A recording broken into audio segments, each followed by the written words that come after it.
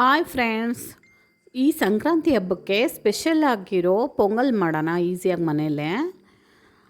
ಪೊಂಗಲ್ ಮಾಡೋಕ್ಕೆ ಒಂದು ಬೌಲ್ ಅಕ್ಕಿ, ಒಂದು ಬೌಲ್ ಹೆಸರುಬೇಳೆ, ಸ್ವಲ್ಪ ನೀರು ಹಾಕಿ ಚೆನ್ನಾಗಿ 2-3 ಸರಿ ಚೆನ್ನಾಗಿ ತೊಳ್ಕೊಬೇಕು.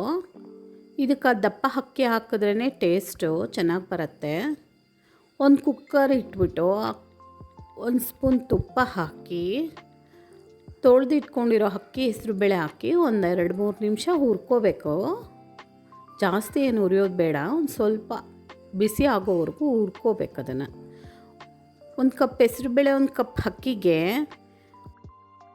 6 ಕಪ್ ನೀರು ಹಾಕಬೇಕು. ಇದಕ್ಕೆ ಕಪ್ ನೀರು ಹಾಕಿ ಸ್ವಲ್ಪ ಅರಿಶಿನ, ಸ್ವಲ್ಪ ಟೇಸ್ಟಿಗೆ ಉಪ್ಪು ಹಾಕಿ ಕುಕ್ಕರ್ ಮುಚ್ಚಿ 1 ವಿಸಿಲ್ ಬರೆಸ್ಕೋಬೇಕಷ್ಟೇ. ಇದನ್ನು ಒಗ್ಗರಣೆಗೆ ಒಂದು ಬಾಣಲಿ ಇಟ್ಟು 1 ಸ್ಪೂನ್ ತುಪ್ಪ ಹಾಕಿ ಸಾಸಿವೆ, ಜೀರಿಗೆ, ಕಡಲೆಬೇಳೆ, ಉದ್ದಿನಬೇಳೆ, ಕರಿಬೇವಿನ ಸೊಪ್ಪು, ಒಣಮೆಣಸಿನ್ಕಾಯಿ, ಸ್ವಲ್ಪ ಹಸಿ ಶುಂಠಿ, ಬೆಳ್ಳುಳ್ಳಿ, ಹಸಿಮೆಣಸಿನ್ಕಾಯಿ, ಕಪ್ಪು ಮೆಣಸು, ಸ್ವಲ್ಪ ಹಿಂಗು ಹಾಕಿ ಒಗ್ಗರಣೆನ ಚೆನ್ನಾಗಿ ಫ್ರೈ ಮಾಡ್ಕೊಬೇಕು ಕೆಂಪಗಾಗೋವರೆಗೂ.